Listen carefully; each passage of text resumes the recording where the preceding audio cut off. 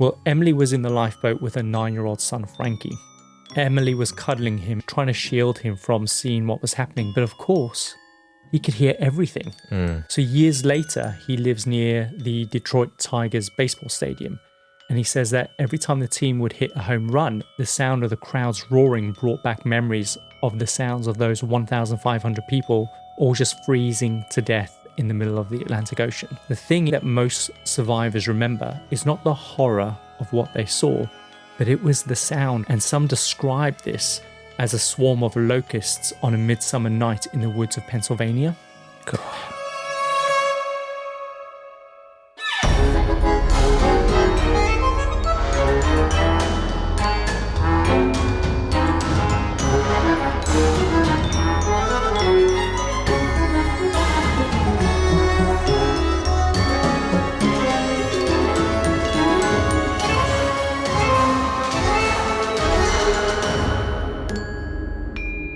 Welcome to the Compendium, an assembly of fascinating and intriguing things. We're a weekly variety podcast where each week I tell Adam Cox all about a topic I think he'll find both fascinating and intriguing. We dive into stories pulled from the darker corners of true crime, the annals of your old unread history books, and the who's who of extraordinary people. We give you just enough information to stand your ground at any social gathering. I'm Kyle Risi. And I'm Adam Cox. And in today's Compendium, we are diving into an assembly of grand voyages and iceberg follies. This is the second part of our Titanic series. Yeah, no, the first part was really good. We covered a lot of ground in that in terms of the history of the Titanic and some of its people. And that's the thing, though. It's the people that really make the story. So now that we have a real connection to some of the people on board, it's going to make what eventually happens to the Titanic just strike us even more in the feels. Yeah, like you ended on the guy or the kid that just turned 16. Oh, the Goldsmith family. Yeah, Alfred Rush. That was really sad how he, decided to become a man. And not get onto the lifeboat. Yeah.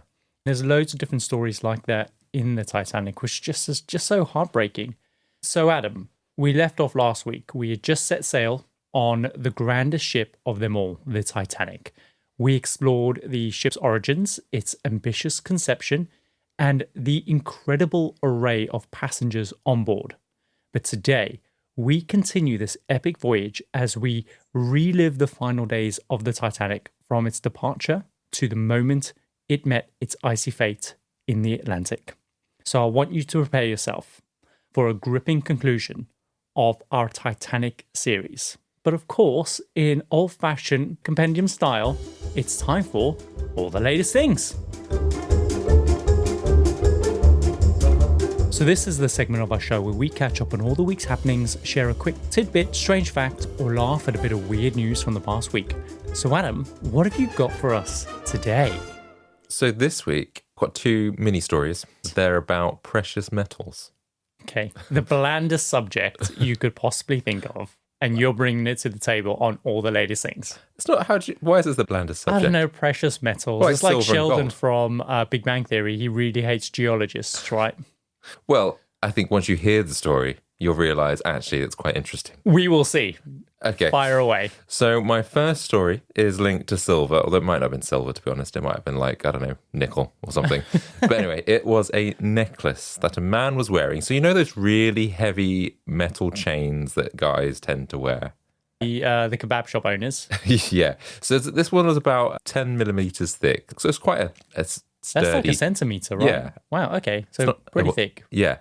So a guy that was wearing one of these silver necklaces ended up getting shot with a .22 caliber bullet. And the only reason he's still alive is the fact that his necklace stopped the bullet from piercing his skin. Wow, you hear like these stories all the time, especially like during the war and stuff, or where this guy's like, I only survived because I was wearing my Bible in my pocket. Yeah. And like the bullet lodged into that. Yeah, and I think it's incredible because obviously a centimetre either side and that would have gone through his neck and would have killed him. Wow. For absolute sure. But yeah, a necklace, a bit of bling allowed this person to survive. I mean, it's a lesson to us all out there, right? We should just wear a bit of bling. Yeah, so... Wearing bling saves lives.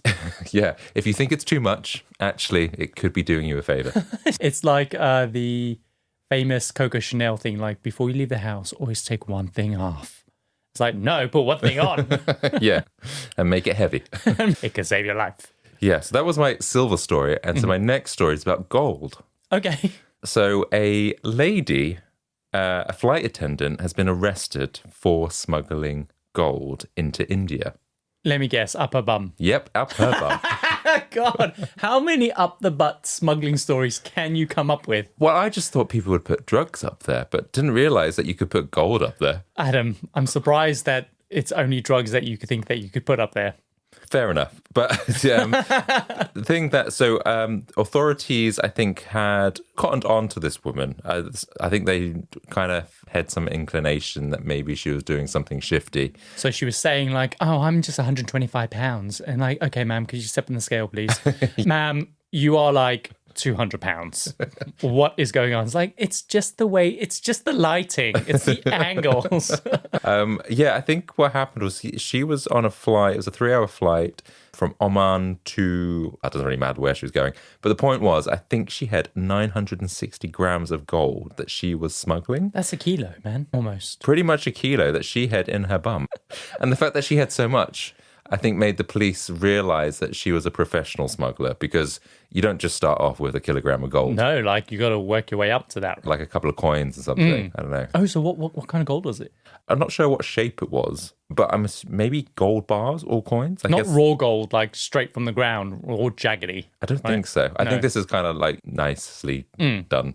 Was she smuggling it? I assume to maybe make some coin on the side. Oh, you don't think that she was a mule? Do you think that she was acting alone? Oh, no, she was probably a mule. I don't know. I'm not quite sure. It didn't get into the detail of why she was doing it, but she was a smuggler. I assume she's connected to some network, because apparently it's quite common in India. Wow. Okay. Well, I mean, let's address now the next thing. Okay. Your obsession with bringing butt smuggling things to this podcast is just, I mean, the ratio is way too high. Something is up. Well, if it isn't butt smuggling, it's poo. And actually, we're going to come on to all the latest things in a minute. Is it about poo? Yeah, it is about poo again, unfortunately. But the last one that you brought up was about the guy smuggling those animals. I think, did he not smuggle some birds up his bum? Oh, I don't know if they were up no, his that bum. was in his pants. Just in his pants that he had Yeah. some animals. So someone was like, sir, your thing is moving. Yeah, like something's wiggling down there. It's just my butt cheeks. It's like two little piglets wrestling in there. But yeah, no, maybe we should rename this segment. To what? All the latest Smuggling antics. Antics, yeah. I think we've got some merch coming up with some smuggling stuff. Maybe there's an opportunity there. Yeah, so on a t-shirt we could have what's in your bum? What's up your butt? So all the latest things is, well, you know, like how the French, what are they most famous for? Well, cheese. Okay, let's think Or- more politically. Being rude. Politically being rude. Well, they love a good protest, don't they? Yes. They love a good protest, but there's a big protest coming up very soon.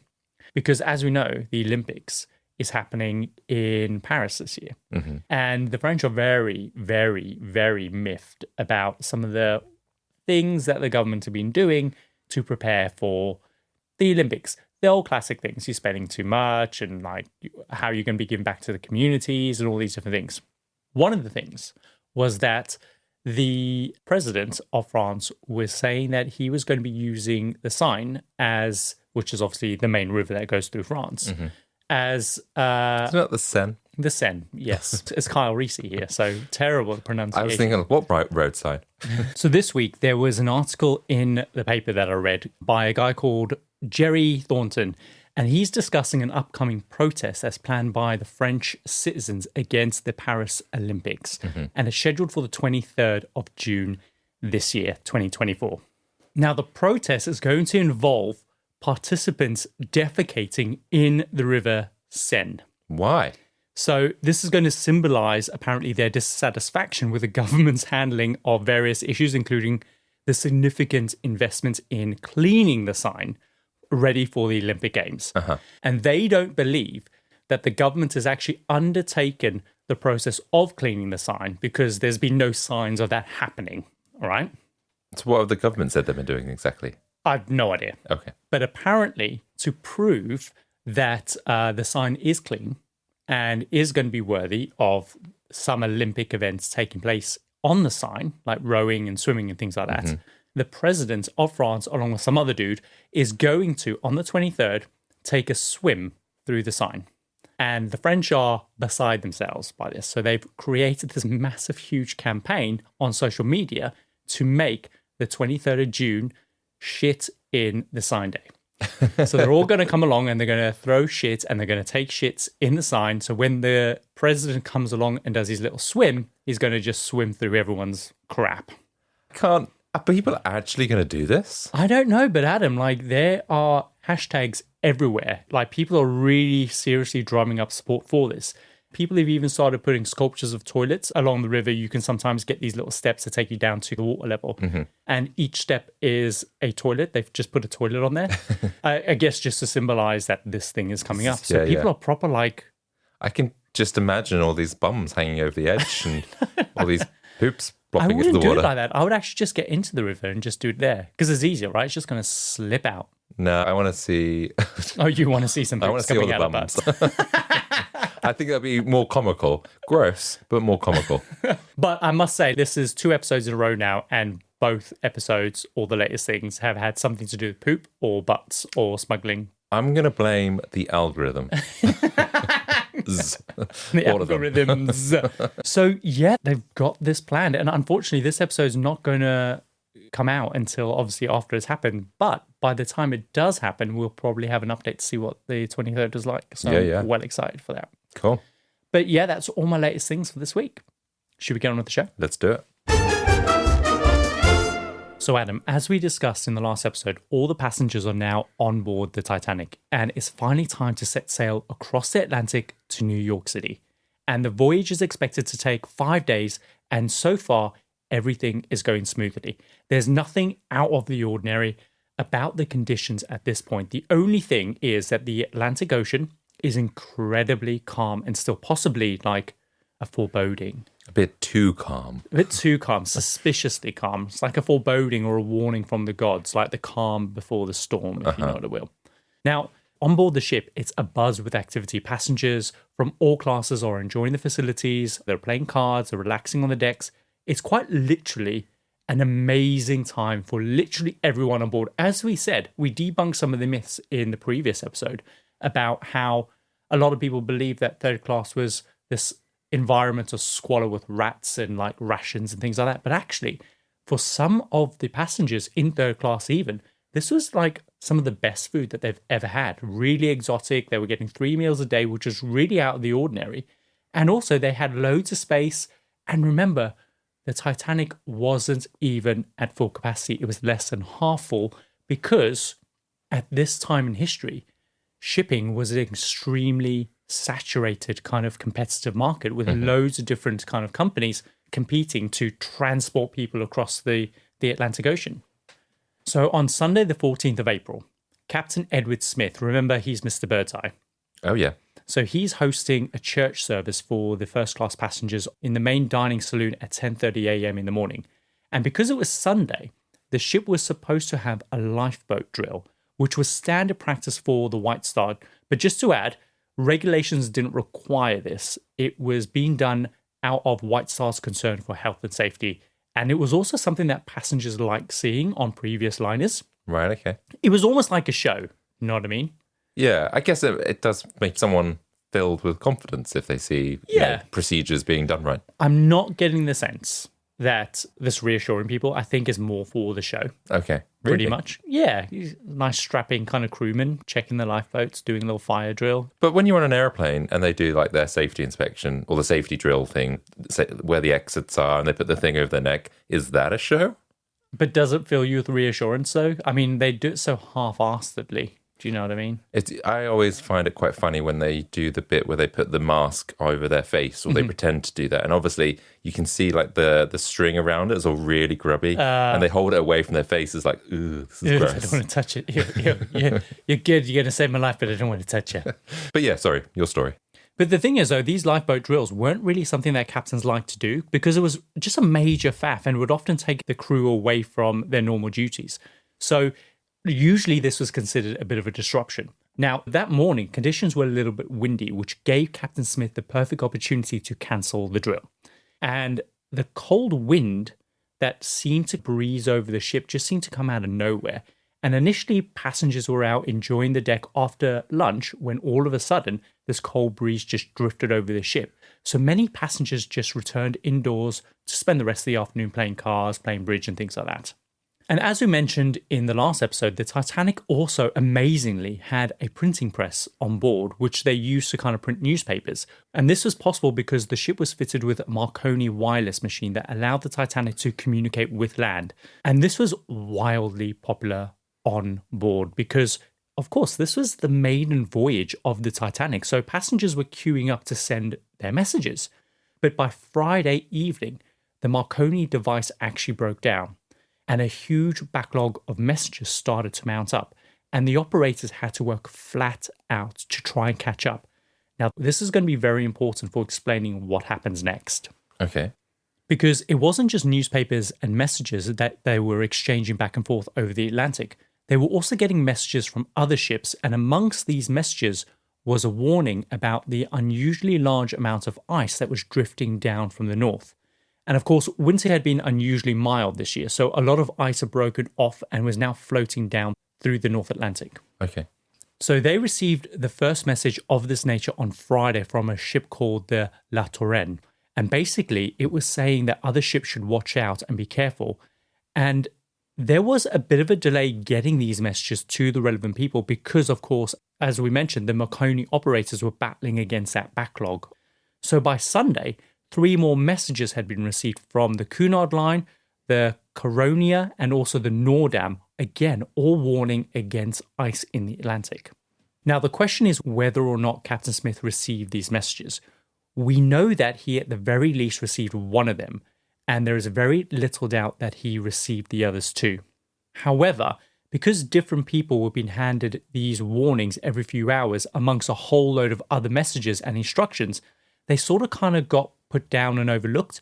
It's argued that if they had kind of like all been handed these messages in one go, then maybe someone would have been able to collate them and potentially understand the seriousness of the situation and maybe take them a bit more seriously.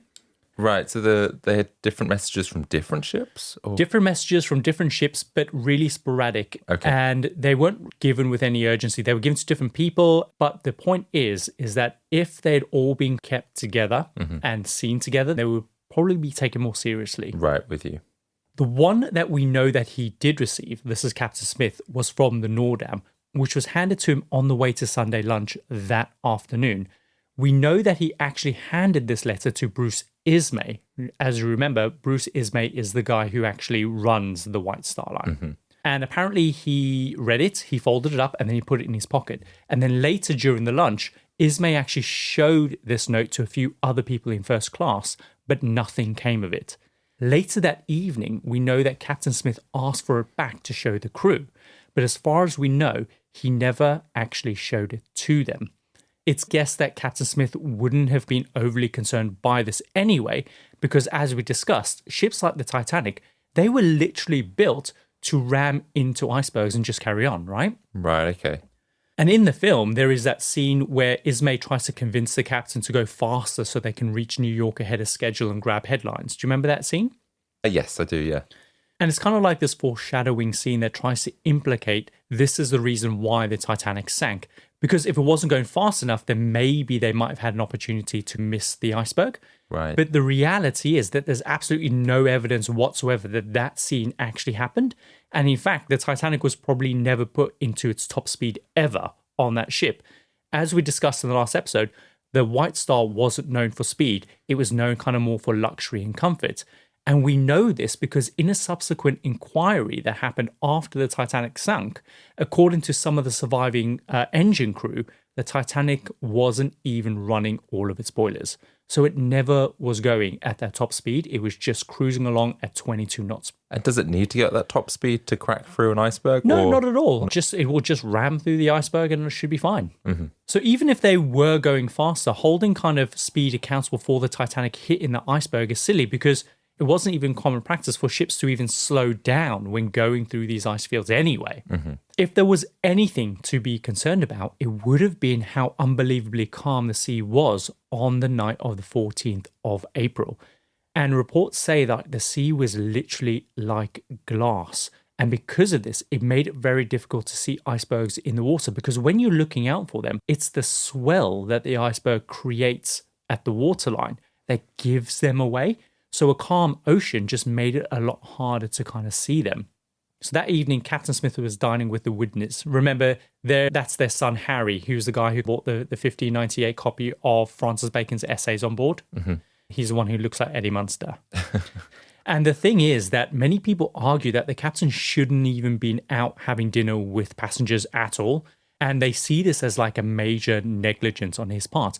But the thing is that it was quite literally the captain's job to be around the passengers and to be seen engaging with them and having dinner and hosting these church services and things like that. So yeah, like it's his job. He has his deputy that takes over, right? Oh my God, and not just one deputy. He's got like a second officer, a third officer, and a fourth officer, even a fifth officer as well. So he's got a whole crew there. And they probably paid. I mean, that's a common thing for having dinner with the captain, isn't it? On a cruise ship, and people pay for that. It's a privilege. Exactly, it's a privilege. Yeah.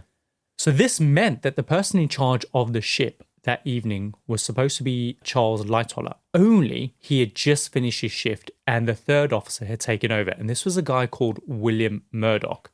And it's these two men who will play pivotal roles in deciding who lived and who died once the Titanic started loading passengers onto lifeboats. Wow. So the Titanic was cruising along at 22 knots per hour. It's a clear night, with the sea as clear as glass, and the ship had 6 lookouts. 2 of them were in the crow's nest. This was a guy called Lee, and the other one was called Frederick Fleet. Now, at around 11:40 p.m. that night, they see a dark shape emerging dead ahead in the ship's path. And Fleet decides to telephone the bridge, and he gets through to William Murdoch and reports that an iceberg is dead ahead right in their path. So William Murdoch then makes a decision that will be fatal to the Titanic. Rather than just continuing straight ahead and ramming the iceberg straight on, which, if you recall from the first episode, the ship is fitted with these 4 watertight bulkheads in the front of the ship, which means that if it's breached, it would mean the ship would be absolutely fine. He thinks, instead, he can potentially clear the iceberg. Right. So he turns the ship towards starboard and he instructs the engines to begin reversing. But they spotted the iceberg too late and they were going too fast. So what ends up happening is that the Titanic ends up grazing the iceberg and shedding a large gash along its side. Now, this is significant for 2 reasons. Remember, along the body of the ship, the bulkheads only came up around 10 feet above the waterline. We explained this all in the first episode. Now, normally this wouldn't be an issue if the iceberg hadn't ripped a hole across multiple bulkheads. If it was just 1, fine. 2, fine. 3, fine. 4, again, fine. Any more than that, we've got problems. So how many did it actually rip across? 6. 6. Oh, and how many are there on one side? 8. I don't know. Yeah, probably. No, there's 16 total, so I don't know how many there are. But it's a big, massive gash. It's like half the side of the boat. That's it. So what this means is that even if they shut the bulkhead gates, enough compartments have been breached that the ship would eventually start to tip. And the more the ship tipped, the more water would then spill over into the next compartment, kick-starting a cascade of water filling more and more compartments, causing it to tip even more, and so on, before it's then too late, and then the ship is about to sink. Yeah. So do you think if Captain Birdseye, essentially, if he had been on duty and not having dinner, he might have taken a different action considering his knowledge and everything like that? What an incredible question. Who knows? Yeah. Maybe. Because, I mean, he's more experienced, right? Even though he did have 2 crashes. 2 little mishaps in the last 8 months. Yeah. But who knows? It's a really great question. Because I guess someone less experienced might think, oh, that's perhaps the best thing to do to avoid it. But actually, maybe someone more experienced would have calculated the speed and gone, actually, no, we're better off doing that. What a great question. I don't know. So here is an account from a steward called James Witter on what it was like when the ship grazed the iceberg. So he says that he was in the second-class smoking room when it happened, and he was busy clearing up there. There were around about 40 other passengers just playing cards in the main smoking room. Now, normally this wouldn't be allowed on a Sunday, but because this was the maiden voyage of the Titanic, they just relaxed the rules for its maiden voyage. Now, James says that all of a sudden the ship just shuddered slightly, And then everything just seemed normal. Like they just went back to just doing what they were doing. Others said it was like a mild rumble that they heard and like a grating sound that just echoed through the ship's bones, if you will. It was almost like it was riding over gravel. Others described it as a kind of a sort of clattering noise, and other people have said it was like riding over marbles. Yeah, I mean, I imagine it must have sounded different depending on where you were on the ship, right? Yeah, I guess so. But ultimately, however you describe it at this point, nobody was concerned. Everything literally just seemed normal. Now, by this point, Captain Smith had already gone to bed, and so he was made aware of the situation. And from this point onwards, there would be a total of 2 hours and 40 minutes before the Titanic would sink beneath the ocean. Quick. And what day was this? This was a Sunday. Yeah. And the trip takes about 5 days. So how far away were they from New York? So they weren't that far away from New York. I think they only had another day to go. Yes, they could have been in New York within 24 hours, perhaps. Pretty close. So Captain Smith orders that all the bulkheads be closed immediately. But of course, what he didn't know was that more than 6 of the compartments along the body of the ship had already been breached, meaning that the ship would begin to tip as it slowly took on more and more water. So at this moment in time, the ship has come to a complete stop. Now, everything was just silence, almost deafening, because what normally happens is that with the rumble of the engine, that becomes just the normal kind of sound. So when everything has stopped, you can notice it, right? And this is pretty much the first time the ship has stopped since they departed. So it's very obvious. Now, a few passengers started inquiring about what had happened, but the stewards just reassured them that everything was fine and the ship's engines would start up again in a few moments.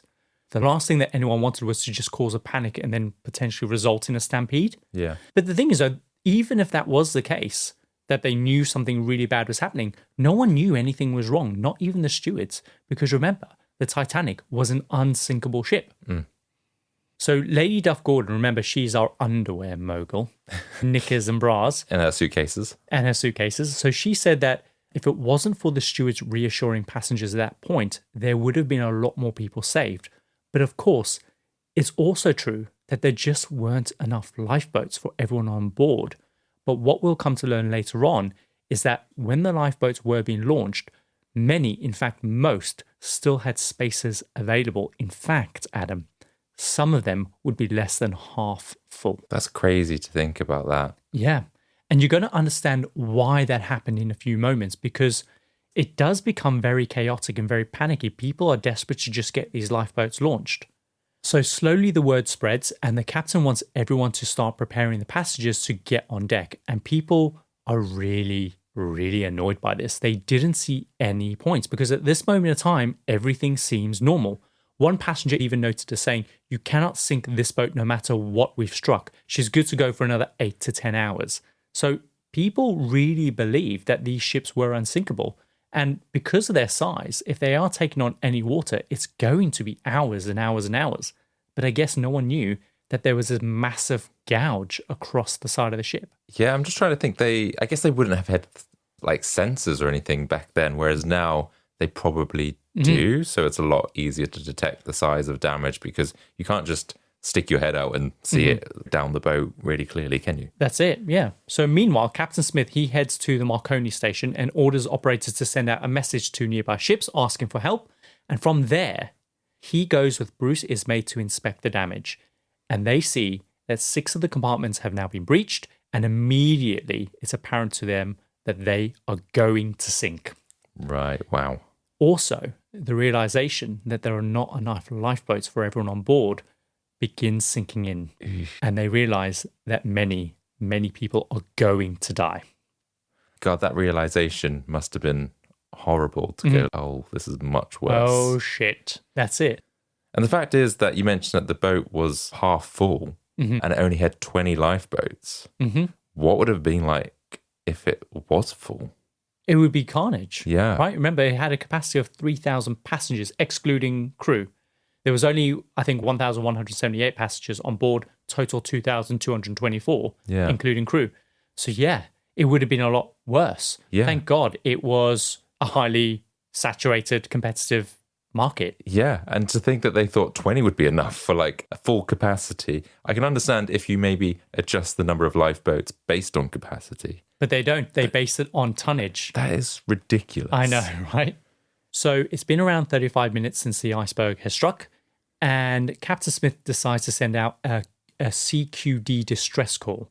So it's like what they used before SOS, kind of became the standard in kind of the industry. So the CQ is the distress signal, and then the D stands for kind of the emergency call. And a ship picks up the distress call almost immediately, and they head to the coordinates on the message.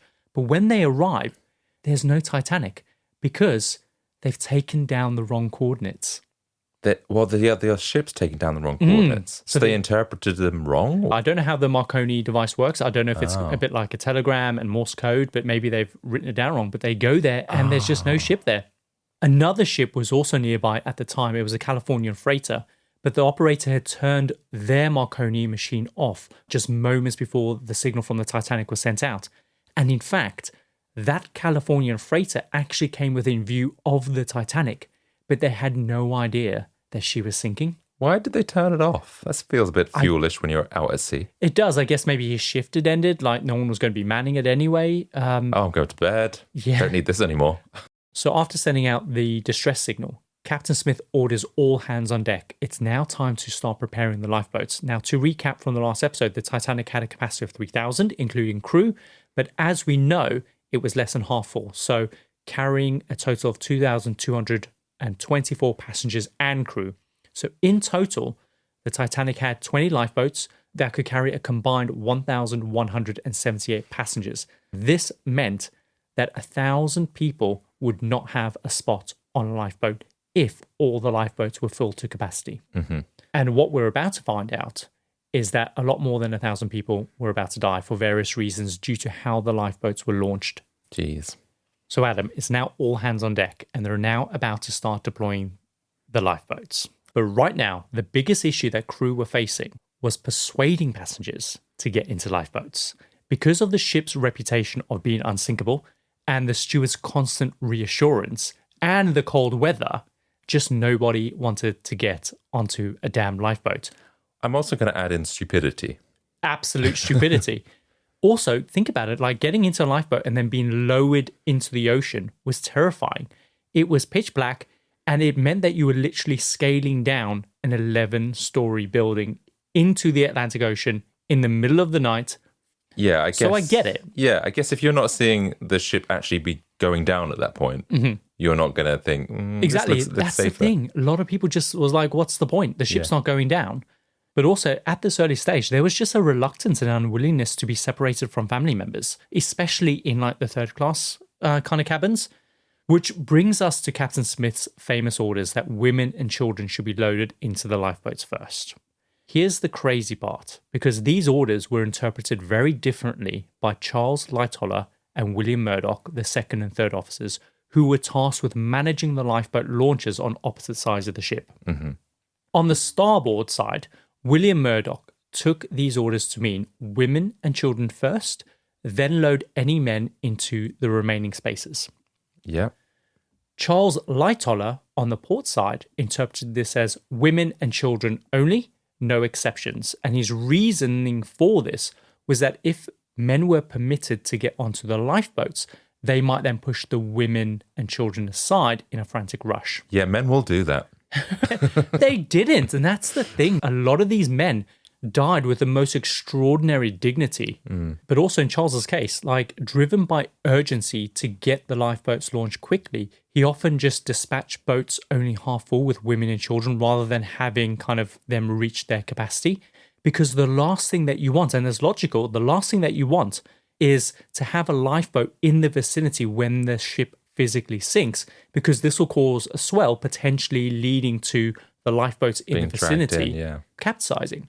Was he the second or third hand? Sorry. So Lightoller was the second officer. He's the one with the extraordinary life, the one that, just like your granddad, kind of survived a shipwreck. He survived malaria. He went to go be a cowboy. Just incredible life. So he was the one that was saying, hey, women and children, get in, get out, or and out to the sea. Men, no exceptions. So he's almost, it feels like an element of I understand what you're saying in terms of maybe he just needs to get them launched. But if there's spaces there, almost like some kind of panic probably took over.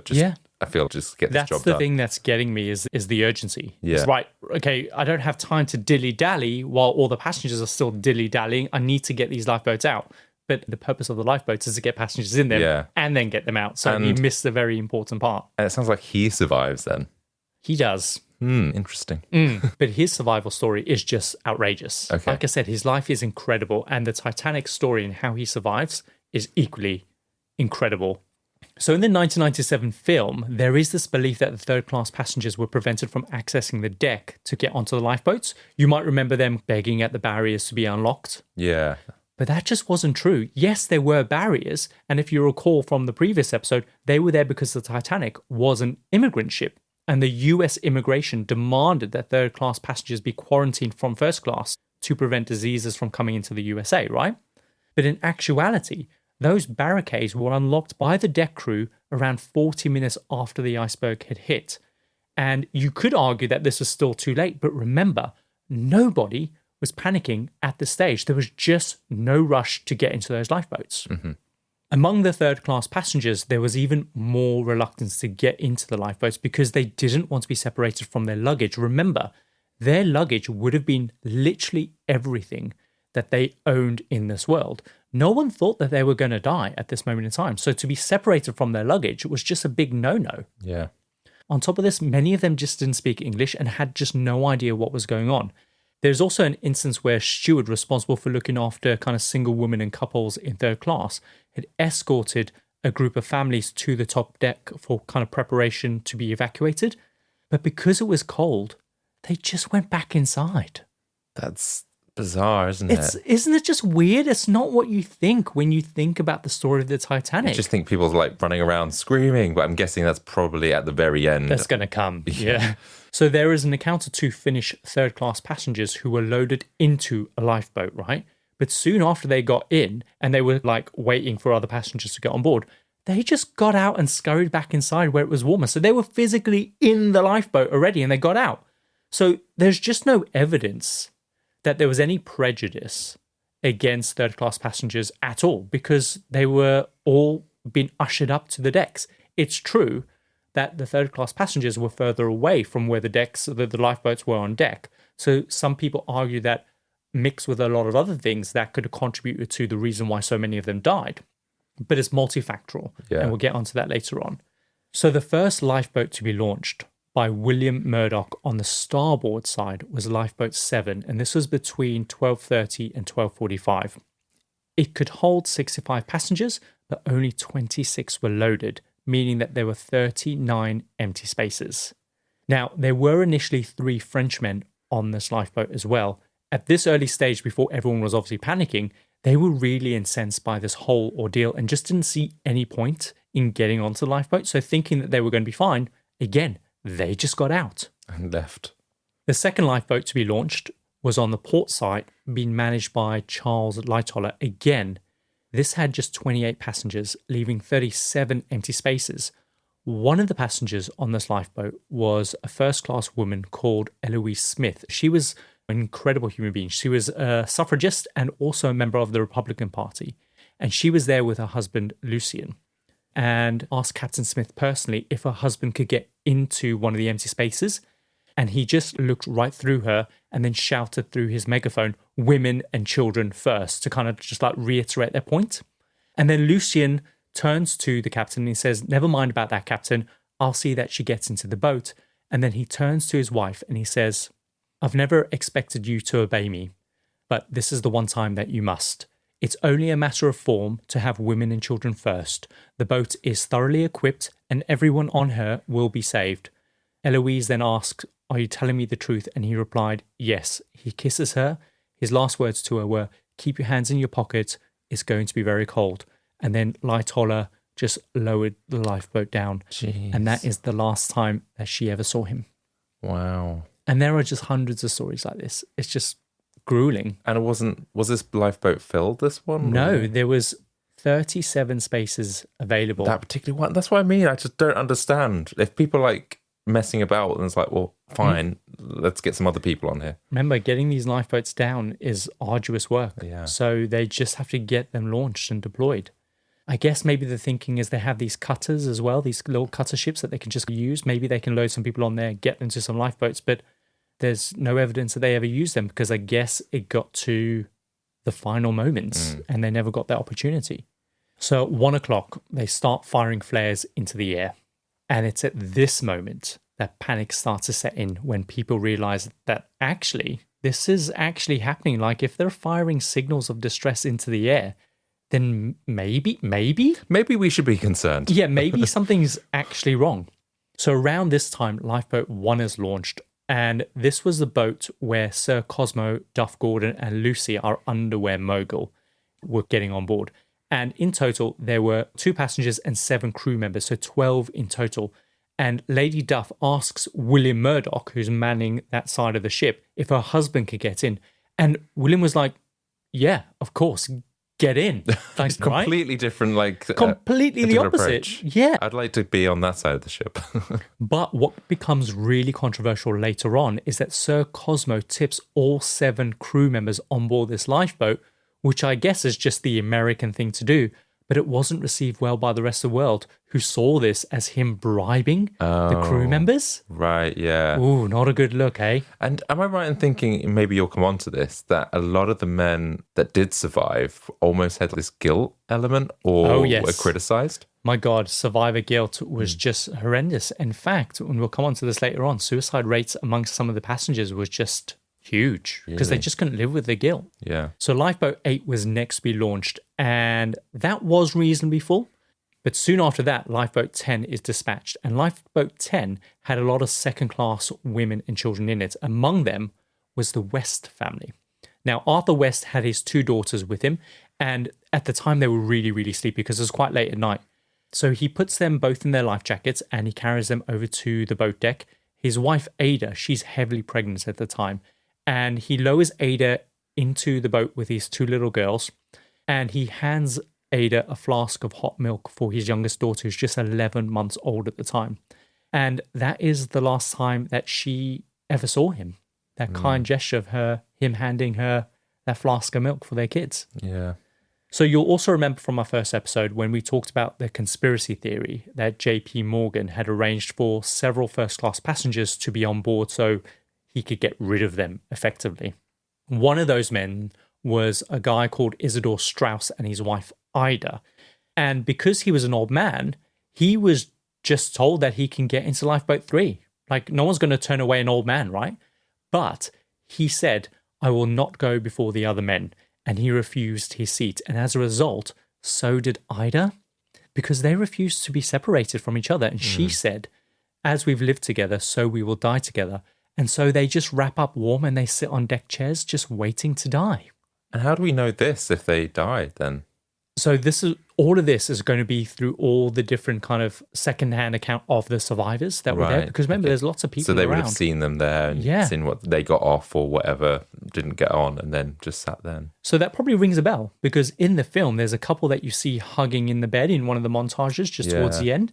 But in reality, they died on deck. So it was kind of based on... Yeah, the couple in that film was based on these 2 people. Yeah, that's it. So much of it was. Like, it's really super accurate. Of course, they made some kind of creative license decisions, but so much of it was from these first-hand account survival stories, which is just so incredible. I think that scene from the movie is probably one of the saddest for me. Oh my God, yes. It really makes me feel... shudder. Yeah. So they were Jewish, by the way. And remember, the Jews of Eastern Europe didn't have a good reputation at this moment in time. And when this story broke around the world, it was significant for the Jewish community. Their rabbi in New York said that he was a loyal son to his people, a loyal American, and Isidore Strauss was a great Jew. And now, when we are asked if a Jew can die bravely, the answer is written in the annals of time. Isn't that beautiful? Yeah. But Ben Guggenheim, right? He's also a Jew. So we talked about him in the last episode. So he was the Colorado silver mine mogul, and his last words, remembered by a steward, were, I am willing to remain and play the man's game. If there are not enough boats for the women and children, I won't die here like a beast. Tell my wife I played the game out to the very end. No women shall be left on board this ship because Ben Guggenheim was a coward. So there's a lot of this. Theatrical. Well, he had a big fat museum, so I guess. Yeah, he wanted to go down in a blaze of glory. But the thing is, though, this was the thing. It was this honor to die with dignity. Of course, they're terrified, but it was. Do you think that would be like that now? I just feel like the world has changed so much that. You wanted equality! This is what you get! Yeah, I just feel. I don't know if men would do that now. I think not to the same level. Maybe some would, of course. I think that we are underestimating that. I think people can really surprise you how they can behave in a crisis. But hey, we'd have to wait and see, right? Let's hope we don't. Have to Let's wait hope we don't. Yes. Yeah. So one of the most famous heroic stories from the Titanic is that of the musicians. Remember from the film, they were seen continue to play right up to the very end. Yes. So the band leader was a guy called Wallace Hartley from Colne in Lancashire. So he and his bandmates kept playing to keep the passengers calm while the lifeboats were being loaded. And at one point, Wallace told the other musicians, like, you can all go now, right? It's now getting to the point where you need to go into a lifeboat. And initially they left, but when they turned around and they saw him continuing to play, they were just overwhelmed with a sense of shame. So they came back and continued to play with him. And what's incredible is that Wallace's body was later recovered and he was fully dressed in his evening wear with his music case still strapped to his back. And back in Lancashire, he received like a hero's funeral, literally attended by thousands and thousands of people, because when the story broke, it was just heartbreaking, but also an amazing thing for Lancashire to have this hero amongst their population. For him to do that. I don't know if I was there, if that music would calm me, but the fact that he did this noble thing is incredible. Do you think he played like Flight of the Bumblebee? I just feel like, could you just turn it off? I'm trying to die here. Yeah. So it's stories like this that exemplify the ultimate heroes who chose to die with dignity and selflessness. People saw these acts as discoveries of immense courage and stoicism in the darkest situations life can throw at us, especially from the British side of the Atlantic. And when the news breaks there, the focus is mostly on the bravery of the men on board, whereas in America, it's completely opposite. It's about the tragic thing that happened, right? It's the event. But in Britain, it's about the people and the bravery. So it's 1:30 a.m. Now, panic has properly set in because they started firing all the flares into the air. And now people are forcing their way onto the lifeboats. There's a story from Lifeboat 14 about a widow from St. Ives called Agnes Davis. She is on Charles Lightoller's side, and she asks him if her 19-year-old son could also get into the lifeboat. And Charles says to her that if he gets into the lifeboat, I will shoot him. Wow. Yeah, so it's getting aggressive now in the state of panic. Also on this lifeboat was a family called the Colliers from Hampshire. Now, Charlotte Collier was reluctant to leave her husband, and eventually she is forced because a sailor grabs her daughter, Marjorie, from her arms and throws her into the lifeboat. And her husband just shouts at her, like, get in. He says, go, Lottie, for God's sake, be brave and go. I'll get a seat on another boat. So she gets in just sobbing, just absolutely sobbing. She gets in, she looks back, and all she sees is her husband's back. And that is the last time she ever sees him. The boat then just gets lowered, and she is just traumatized for the rest of her life. That being the last thing that she sees. And I don't know what it is about just seeing your partner's back, and that is it. And not having that sort of facial, I don't know, connection. Yeah. Just like, even if you think, oh, say goodbye or any, that's... The last thing he said to her was, for God's sake, just be brave, I'll get another seat. I'm guessing he'd done that because he perhaps couldn't look, maybe, I don't know. Or maybe he was looking for another boat, I don't know. Maybe. He turned around, but perhaps that was just too much for him. Also in Lifeboat 14 was a young guy from Liverpool called Richard Davenport Hines. So he sneaks into this lifeboat, right? And he's 16. So this means he doesn't qualify to be on that lifeboat. And the other women on board, they try to kind of like cover him up, but he's spotted by the 5th officer, Harold Lowe, and he pulls out his revolver and he says, you've got 10 seconds to get out of this boat or I'll blow your brains out. So Richard, of course, is sobbing and he's begging. And the officer is like, for God's sake, be a man. We've got women and children to save.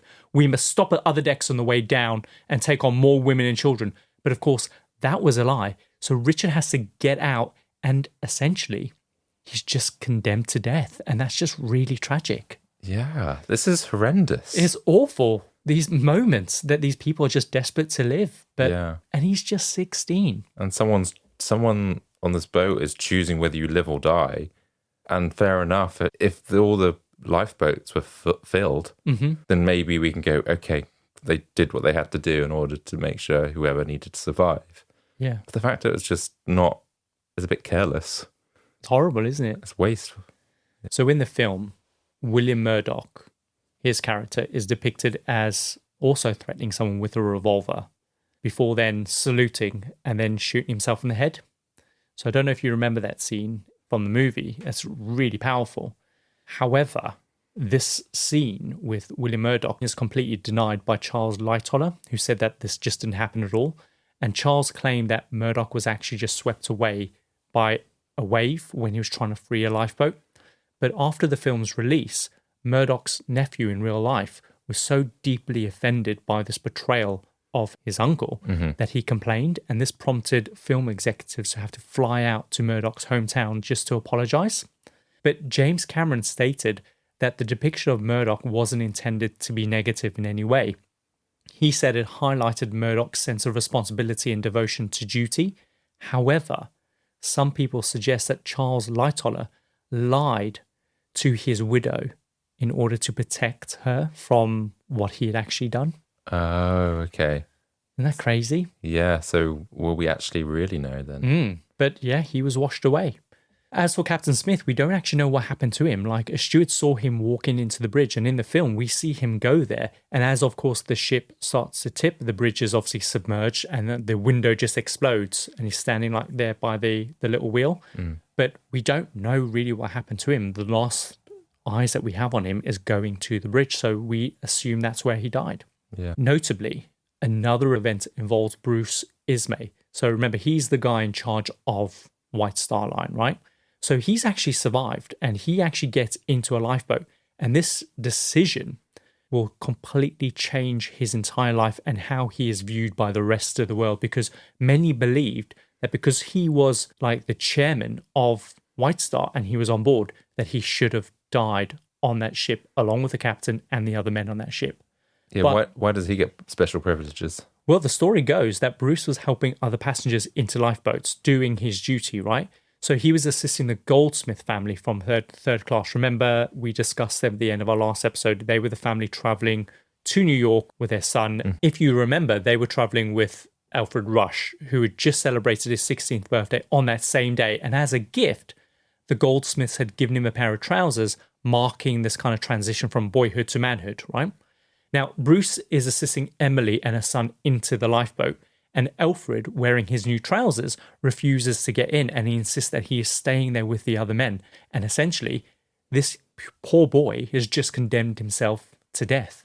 So when the lifeboat is ready to be dispatched, one of the sailors beckons Ismay to get in there because, of course, there are 6 empty spaces available. One of those spaces was Alfred Rush's space. Dragged him along if you're going to get in there. I would have dragged him along. Of course, it would have just been ludicrous to just let them go to waste. Yeah. So Ismay was not denying anyone a spot, yet his entire reputation and for the rest of his life, he will just be considered a coward for this. But he wasn't taking a space from someone else. Yes, he wasn't, but he could have encouraged other people to get in, maybe. He was helping and assisting. Yeah.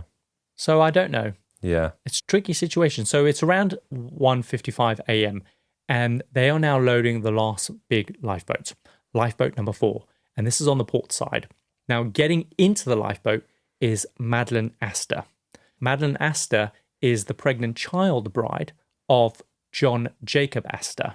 Do you remember she was 18 at the time? He owns the Waldorf Astoria hotels, and they were traveling around kind of Paris and France and places like that. Yeah. So Astor asks Charles Lightoller if he can get in with his wife. And of course, based on what we know, he refuses. So Astor turns to his wife and says, the sea is calm. You'll be all right. You're in good hands. I'll meet you in the morning. And he gives her her gloves, and then he steps back from the rail, salutes her, and then the lifeboat is lowered. Salutes her? Yeah, I guess it's... I'll meet you in the morning. Yeah. Sad, isn't it? Yeah. So, Adam, there's no lifeboats left. What are people going to do now then? So some people began jumping into the sea. Yeah, but the sea's cold. The sea is freezing. So Lightoller describes how a wave of water had came rolling up the deck and washed people back. Oh, okay. He says at that point, he decided to jump off the ship. I haven't explained this just yet, but the ship is severely tipping, right? Half of it's in the water. Yeah. It's now rising up. Something major is about to happen. If you watch the film, you're going to know. But at this point, they're at the base of the ship. Water's rushing up. It's washed a bunch of people back. Lightoller has jumped off. He jumps into the ocean. When he hits the water, he says that it felt like 1,000 knives were stabbing into his body because the water was so cold. And estimates suggest that you have about 20 minutes before dying of hypothermia in these waters, even quicker if you are a man, because of course you have less body fat and insulation. Right, okay. So Lightoller was then dragged into a shaft with a wire grating on the ship, right? And the water's rushing in and it's sandwiched him against this grate. He thinks he's going to drown, right? It's pinning him against us while all this water rushes in. He cannot move. And he says that he would have died if it wasn't for at that precise moment, the ship breaking into two at that moment. And when that happened, a bubble of hot steam had blew him up out of the water, freeing him. What? Yeah. I'm trying to picture this. So he's being like held against something. Yeah, with the water rushing in on him and he's like smashed against it. And as he's outside the boat because he's jumped off. Yeah. But I don't know where this grate is. But he's on deck somewhere. So it's like a corridor, but there's a grate. Imagine like it's a gate, if you will. And he's sandwiched against that while the water's rushing in.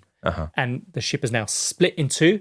It's hanging out of the water. It's split because of the force. Yep. It's come crashing down. Yeah. That's released a big bubble of hot steam. From the engine or something. Or from wherever, from like trapped air or something. And it's blown him out of the water. And he's crazy. Freed. Yeah, it's incredible. And where does he land? So, from there, he's able to then scramble onto a collapsible lifeboat that is washed away from the ship. As the ship was breaking into two, the funnel of the ship collapses and crashes down into the sea, smashing people who are already in the water because people have been washed off the ship now, right? And people who witnessed this from the lifeboat said they heard screams of terror and then all of a sudden it was just silent. I wonder if that would have been better in some way because that would have been over then for some people rather than freezing to death. That's it. I completely agree with that. So Bruce Ismay is sitting in his lifeboat and he just cannot bring himself to look out of shame. But Lucy Duff Gordon says that the lights of the ship started to flicker and then just completely went out, plunging the entire scene into darkness. She says then she shuddered, but then she forced herself to keep looking. And at that moment, her husband said, "Oh my God, she's going." And then slowly the back of the ship reared out of the water, bringing its rudder and propeller up into the air in an upright position. It paused for a moment before then just slowly sinking down into the ocean. And they describe this like watching a collapse of a skyscraper. So this moment is obviously captured brilliantly in the film where you see Jack and Rose at the back of the ship riding the ship all the way down into the ocean. Yeah. And this is that moment that they're describing. The thing that most survivors remember is not the horror of what they saw, but it was the sound of 1,500 people crying all out in unison. And some describe this as a swarm of locusts on a midsummer night in the woods of Pennsylvania. I'm trying to think what that sound. Well, so I mean, imagine like cicadas when we go to kind of Spain, and you're walking through like some brush, and you just hear all these cicadas, but times that by 1,000,000. So remember the Goldsmith family? That was the family that gifted Alfred Rush some trousers on his 16th birthday. Well, Emily was in the lifeboat with her 9-year-old son, Frankie. And Emily was kind of cuddling him and trying to shield him from seeing what was happening. But of course, he could hear everything. So years later, he lives near the Detroit Tigers baseball stadium. And he says that every time the team would hit a home run, the sound of the crowds roaring brought back memories of the sounds of those 1,500 people all just freezing to death in the middle of the Atlantic Ocean. God. Imagine living with that for your whole life. So all the lifeboats were just drifting in the Atlantic at this moment in time, many of them with empty seats available, right? Get this, only one of those lifeboats, that's lifeboat 14, went back to try and collect any survivors that they could. What? Why not? Were they that far away to do They this? weren't far away. The others were afraid that if they went back, that they would be swamped with potential kind of people trying to scramble on board, potentially capsizing the boat, causing everyone to die. Yeah, okay. So when lifeboat 14 did go back, they only found 4 survivors. One of those survivors was a Chinese fireman named Fang Lang, and he was found clinging to a door. Oh, like in the movie. Just like Rose survived in the film. Yeah. Which definitely had room for Jack. Listen, we promised each other that we were not going to have this debate on this podcast. It's so outdated. But yeah. So there is this god-awful story about a survivor called Rhonda Abbott. My God, Adam. So she was on collapsible lifeboat A. So she was from Buckinghamshire and she'd been living in Rhode Island with her husband. I don't know if they got divorced, but she decided that she was going to move back to the UK with her 2 sons. They spent some time in the UK. They decided they didn't like it and they decided that they were going to come back. Right. This is why they were on board the Titanic. So she was returning to Rhode Island with her 2 sons, Rossmore and Eugene. Because the officers wouldn't let her sons on a lifeboat, she decided that she was going to stay with her boys. Now, as the ship was plunging into the ocean, her sons shoved her into a collapsible lifeboat that they hadn't had an opportunity to pull down and get set up. They forced her into that lifeboat. And then the 2 boys, 16 and 13, were then just hanging on the edge of the lifeboat while Rhoda just looked on. And one by one, they just slowly froze and then just slipped away into the sea. And there was just nothing that she could do about it. And she couldn't get them onto this collapsible lifeboat. Yeah, I don't understand why they couldn't just drag them on. Because no one was enforcing it at this point. Yeah. Because was it just her that was in that? Or? Sounds like it was just them. Yeah, they managed to scramble on there unless there was any other passengers on there. So the ship that obviously did come to the rescue almost 2 hours too late was the Carpathia. It was carrying 743 passengers and they were heading to Gibraltar and then beyond, right? So they didn't initially receive a distress call from the Titanic. What actually happened was that the Marconi operator was getting ready for bed when he heard a transmission from Cape Cod to the Titanic asking, like, how are you getting on? Have you sunk yet? I mean, what a stupid question. Yeah. Are you still there? So the operator sends a message to the Titanic, who then replied saying, we've hit an iceberg. We are sinking. Please come straight away. So he did. When they got there, they started bringing on the survivors on board. Obviously, the ship had already sunk by this point, right? Survivors from the lifeboats, I assume, yeah. Yes, survivors from the lifeboat. So when they got there, they started bringing the survivors on board. The thing they said struck them the most was just the silence. Like, the survivors came on board solemnly and shivering, all traumatized and all just in complete shock about what happened. The millionaires were then given cabins, as many as they could obviously spare, and the others were set up in the dining room with beds and blankets and food and drink and things like that. Why would the millionaires got cabins? Everyone should be the same at this point. Exactly, because they probably paid the most money and they know poor people. Who knows? Seems unfair, right? Yeah. So they started doing a survey to try and judge the number of people that had died. And remember, we didn't actually know how many passengers were on board, but the US estimates were 1,517 people died. And in the UK official estimates, there were 1,503. So basically 1,500. Essentially, yeah. So 700 of those who died were crew, which is still considered one of the largest losses of life in maritime history. That's half the people then, pretty much. Crazy. Of course, the overarching determining factor in whether or not you survived was, of course, your sex. If you were a man, you were more likely to have died. 74% of women survived, 52% of children survived, and just 20% of men survived. So that's just harrowing. It's awful. And only 50% of children. That's quite It's quite a high number, yeah. I thought there'd be more. Many of them would have been from third class, and I'm going to explain to you why. So there was, of course, a class dimension. Out of the first class passengers, 62% survived. In second class, 42% survived. And in third class, just 25% survived. Yet, if you were a third-class woman, you were more likely to survive than a first-class man. Okay. So while this was true that a lot of the third-class passengers died, it wasn't because they were third-class as such. A lot of people think that the high death toll amongst third class was due to the quarantine barriers, but of course, as we discussed, these were open long before any urgency even set in. Mm-hmm. It turns out that having a larger family increased your chances of dying, which lots of third class passengers had, right? They emigrating with their entire family sometimes. And so there was this general reluctance to be separated from them.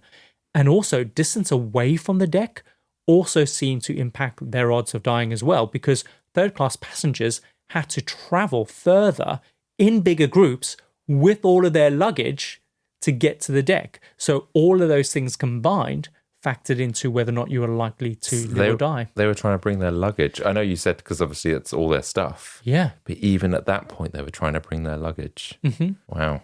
Shocking, right? Yeah. As for second-class passengers, there is a suggestion that because second class was typically made up of clergymen, shopkeepers, etc., they were the people that were more likely to be conformist or obedient or to hang back and be anxious about doing the wrong thing. And as a result, that resulted in a lot of second-class passengers dying. Yeah. So the news of the Titanic sinking first reached the Marconi outpost in Newfoundland, and from there, it was then shared with the New York Times via Montreal.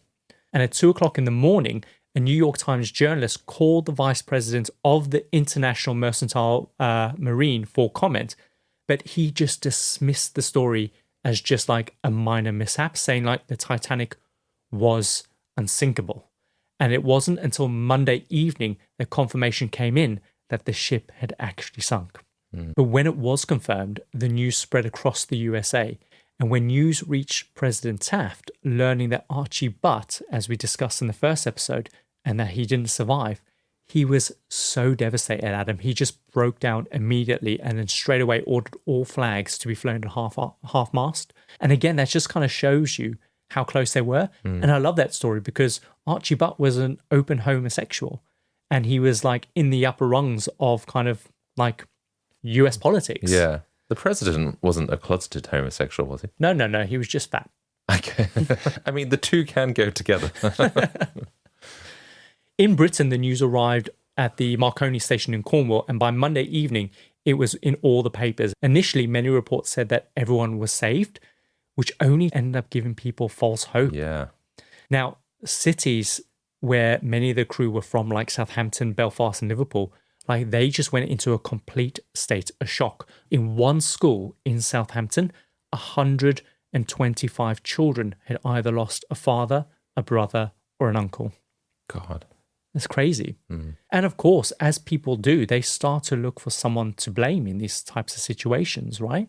The most obvious person was Captain Smith, but he went down nobly with the ship. Yeah. But Bruce Ismay, as we know, the chairman of White Star, survived after being invited on board a lifeboat. And as a result, his reputation is just completely shattered and he is accused of cowardice in both America and in Britain. And during this time, during the initial aftermath, dozens of memorial services were held all over Britain and the US, attended by literally thousands. And very quickly, the Titanic just became the symbol of human hubris and the fragility of kind of life. Following this, regulations quickly changed, finally. So ships were now required to carry enough lifeboats for all passengers and crew, along with new safety protocols. And as well as that, the International Ice Patrol was established to monitor icebergs, and all shipping lanes were then all moved further down south so they didn't kind of cross the iceberg zones, essentially. All these things make sense. All of that makes sense, but it's just too late, isn't it? Yeah. What's really interesting is how differently this tragedy is spun in America and in Britain. In America, the disaster is kind of fueled by populist sentiments against big business and millionaires, and they have this kind of negative aspect on that side of things. Whereas in Britain, it's all framed as a show of kind of heroism and national pride for how their men died with dignity and bravery. So it's really interesting how those two kind of were spanned. And it makes sense when you think about the differences between the cultures, right? It's very New World money, very driven, American imperialism, whereas in Britain, it's all about the bravery, right? It's keep all calm and carry on. keep calm and carry on, and dignity and break. Yeah. Yeah, all those. It just makes sense to me. I can't explain it. It just makes sense that that's how it would be spun across the pond. And also, I think it helps people to deal with a tragedy such as this, knowing that if the people had lost someone, they were a hero because they went down with the ship. But then the other way could also make sense as well. There's this outcry against the plutocrat and big business and capitalism, right? So that makes sense that people would just naturally want to be angry as well. Yeah. So you have that choice, right? Yeah. And as a country, as a nation, we pick the first one. Yeah. I just found it quite interesting.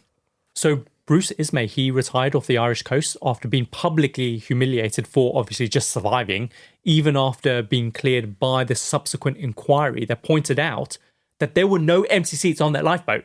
Like he was not to blame. Yeah. So he fell into a major depression. He stepped down, obviously, as chairman of White Star, and he never talked about his experience again.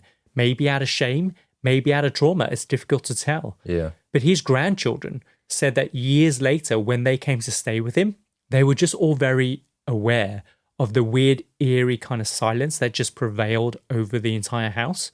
Wasn't that he wasn't talking about the Titanic. He was literally just not talking about anything. So he was really devastated and traumatized by it. It's like PTSD, but this guilt maybe just hung over him for so long. I think so. And this next story will give you a sense of potentially that guilt. So there was an occasion when one of his grandchildren asked if he'd ever been on a shipwreck. And there was just this really long, embarrassing and awkward silence. He just didn't say anything. Another time, one of his grandchildren were reading a newspaper and told him about a train crash where 256 people had died. And Ismay just barked back like, how do you know 256 people died? Were you there? Did you count them? And I think that shows, even years later, that he was haunted by the events of the Titanic. Eventually, he ended up dying in 1937. A shell of a man. Yeah. What happened to Charles Lightoller? So obviously he survived. He ended up living a long life. He retired at the age of 72 and he ended up dying at the age of 78. Oh. But he went on to have just as an interesting life immediately after.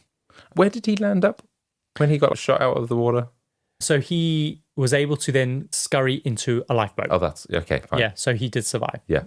So finally, I want to tell you about another figure who was deeply ostracized by his community just for surviving.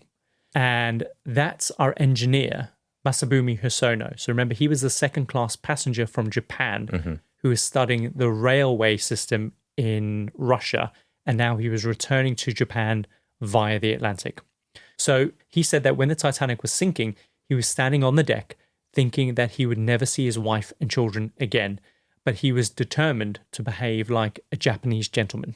So he was preparing himself to die without any fuss when a sailor shouted over at him to get into lifeboat 13. The sailor said that if he didn't take it, he would just die pointlessly.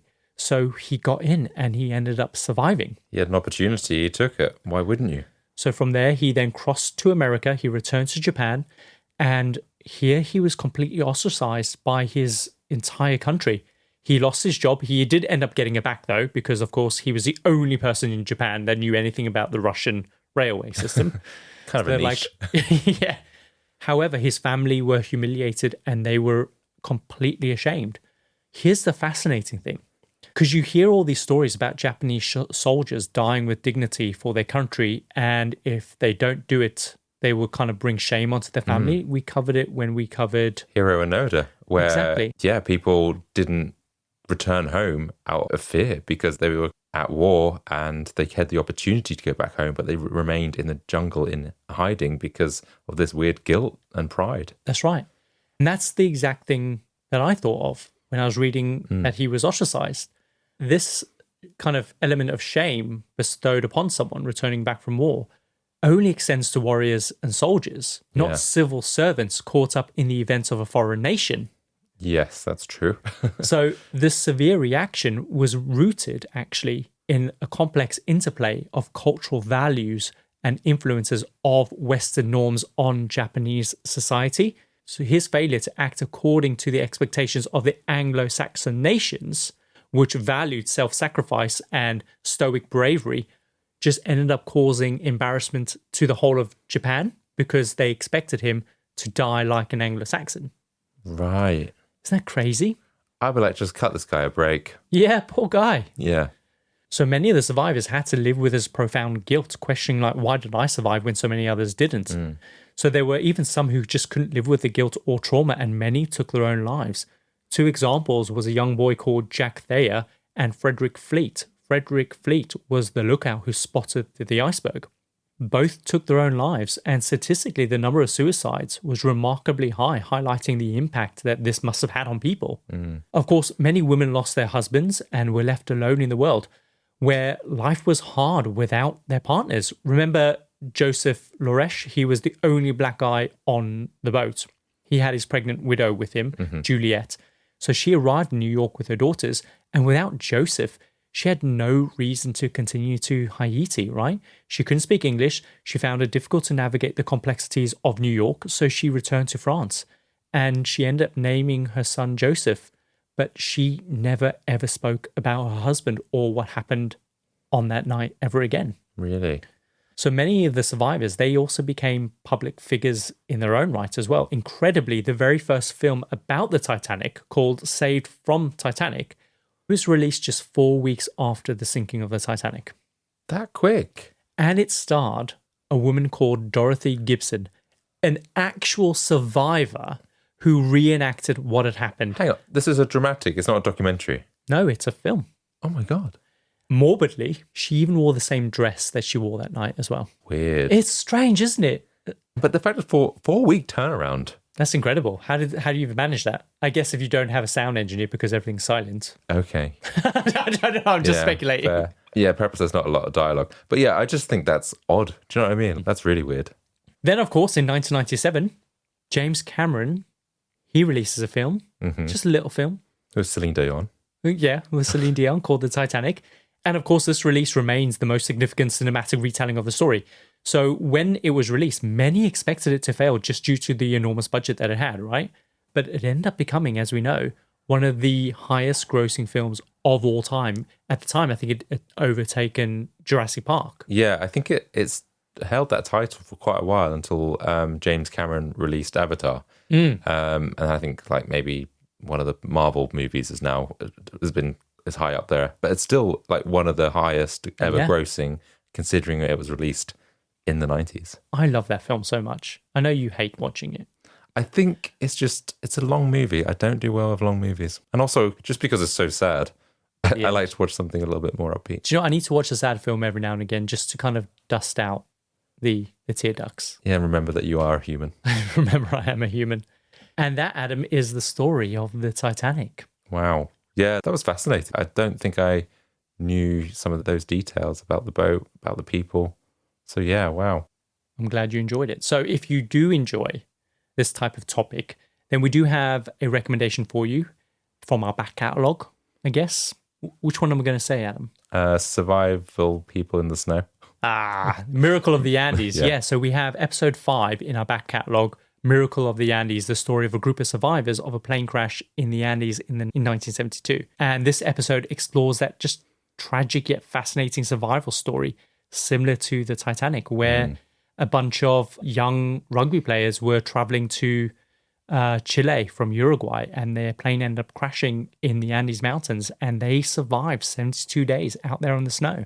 Yeah, that one's incredible. It's probably one of my favorites, probably one of our most popular as well. Yeah. So if you haven't listened to that one, go and listen to it. It's one of our early episodes. So I'm really proud that episode 5 is probably one of our most popular episodes that we've ever created, which is a huge achievement. For sure.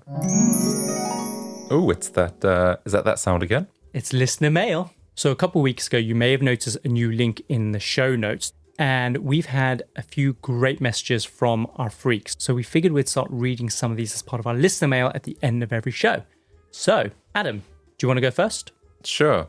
So this one comes from Jake in Lincolnshire. He says, hey, just got wrapped up listening to the Cleveland Balloon Fest episode. As a kid in the 80s, just like Adam, we would tie a message to a balloon, see if we would hear back and from how far. And to be fair, it's fun and interesting. But as you say, 0 F's given about the environment. The 80s was a troubled time. Thanks, Jake. I never did that as a kid. No, I didn't. Oh, you missed out. I want to throw something in the ocean. Is that okay to do? Like a glass bottle in the ocean with a note in it? I don't know. I don't think polluting at all is good these days. Oh, okay. No, it's a big taboo, right? So I've got one here from Stephanie Wallace in New York. So she says, "Hi guys, literally this morning I was listening to the Anna Delvey episode. I work in New York City District Council, and while I was heading up Hudson, I saw Anna Delvey making her way to the immigration hearing on the corner of Hudson and West Houston Street. She was being hounded by a bunch of paparazzi, but in all honesty, it felt very staged. She wasn't exactly trying to get away. I couldn't believe it. What are the chances that I was listening to an episode on Anna Delvey and just up ahead, there she is. Love you guys, Stephanie." Thanks, Stephanie. Thanks, Stephanie. Oh, so this is another one about the Cleveland Balloon Fest. So Ooh. Austin from Clearwater, Florida. Clearwater. Yeah. Isn't that that's where the Scientology headquarters is? Is it?